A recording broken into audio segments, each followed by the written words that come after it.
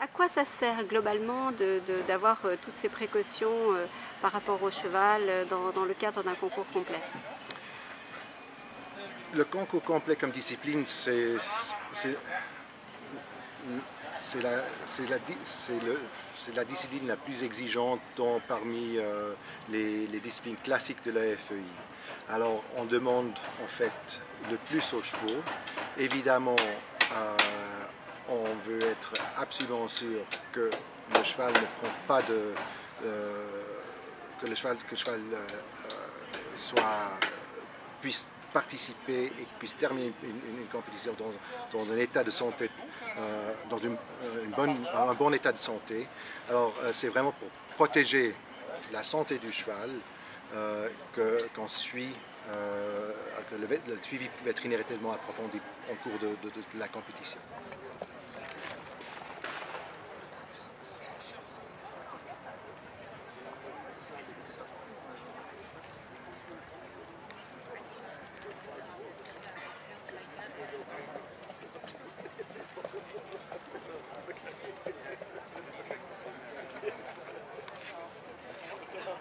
Arnaud Boiteau, Expo du Moulin, accepté.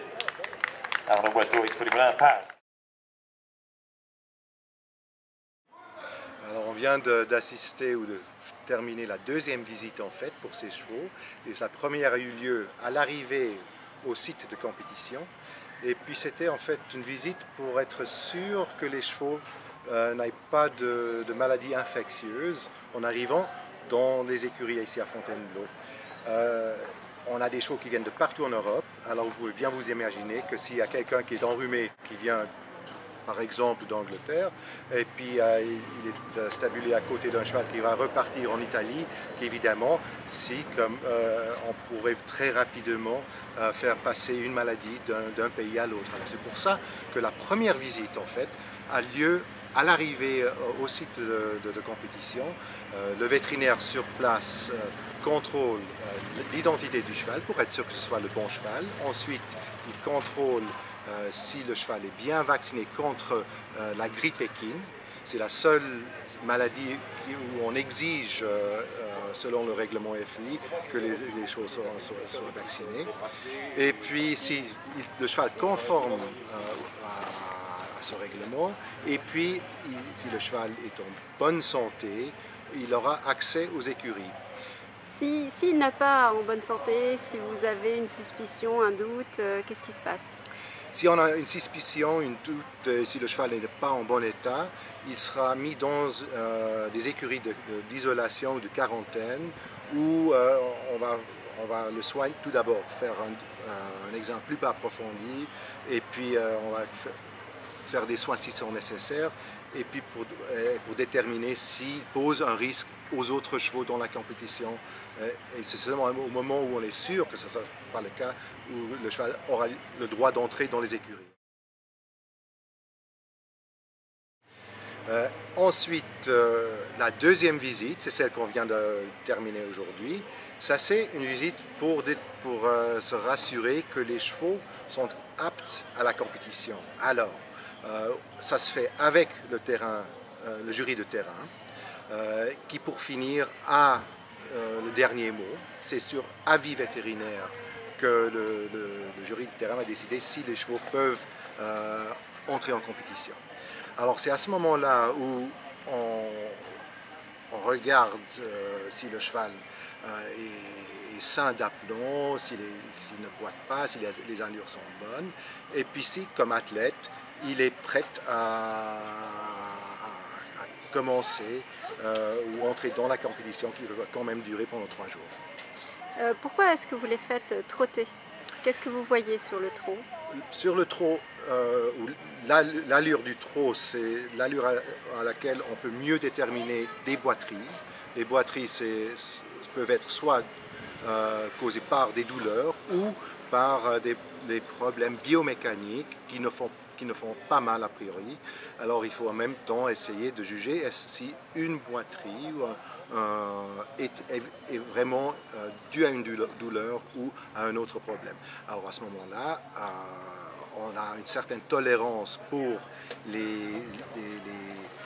les allures qui ne sont pas tout à fait claires et nettes ou propres, qui sont des allures typiques pour ce cheval plutôt qu'une boiterie aiguë. Et puis si on laisse partir un cheval qui boite à cause de douleurs, de blessures,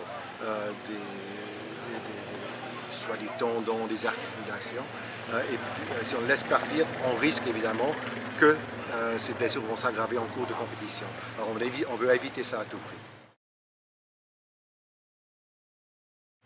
Alors là, vous avez mis en prison quelques chevaux. Qu'est-ce que ça veut dire, mettre en prison? Alors, comme vous avez vu, le cheval est présenté au jury de terrain et puis ensuite on le laisse trotter. On a une trentaine de secondes, une quarantaine de secondes pour observer le cheval.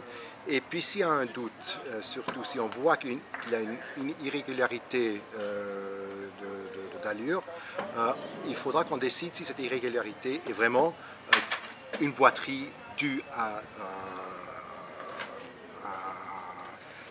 des problèmes aigus, des problèmes de douleur, et puis évidemment il faudra faire un examen un peu plus approfondi pour déterminer, pour différencier entre des problèmes. Alors c'est pour ça que le cheval part en prison, ou un collègue, un confrère, fait un examen un peu plus approfondi pour déterminer si le cheval est apte à la compétition ou pas. Alors le cheval revient après avoir été examiné, on discute ce qu'il a trouvé, et puis ensuite avec le jury de terrain, on prend une décision si le cheval peut partir ou pas.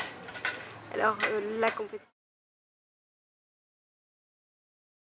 Alors la troisième ou la dernière aura lieu dimanche matin, le troisième jour, avant la dernière phase de la compétition, c'est-à-dire après le cross, après l'épreuve de terrain, qui est évidemment la partie de l'épreuve qui est la plus difficile pour les chevaux, la plus éprouvante. Et puis on veut savoir, on veut se rassurer que le cheval sera qualifié pour terminer l'épreuve avec cette troisième discipline du saut d'obstacle le dimanche. Si le cheval est boiteux, s'il a des problèmes d'allure, des irrégularités d'allure qui n'étaient pas là aujourd'hui, à ce moment-là, il va falloir décider si on ne prend pas de risque, on le laisse partir en dernière phase de compétition. Donc en fait, vous comparez quand même les chevaux, vous vous souvenez de la manière dont ils trottaient à la première visite vétérinaire? Personnellement, je prends toujours des notes, je fais un petit mémo sur chaque cheval, alors je peux comparer la façon comment ils évoluent pendant la compétition. Oui.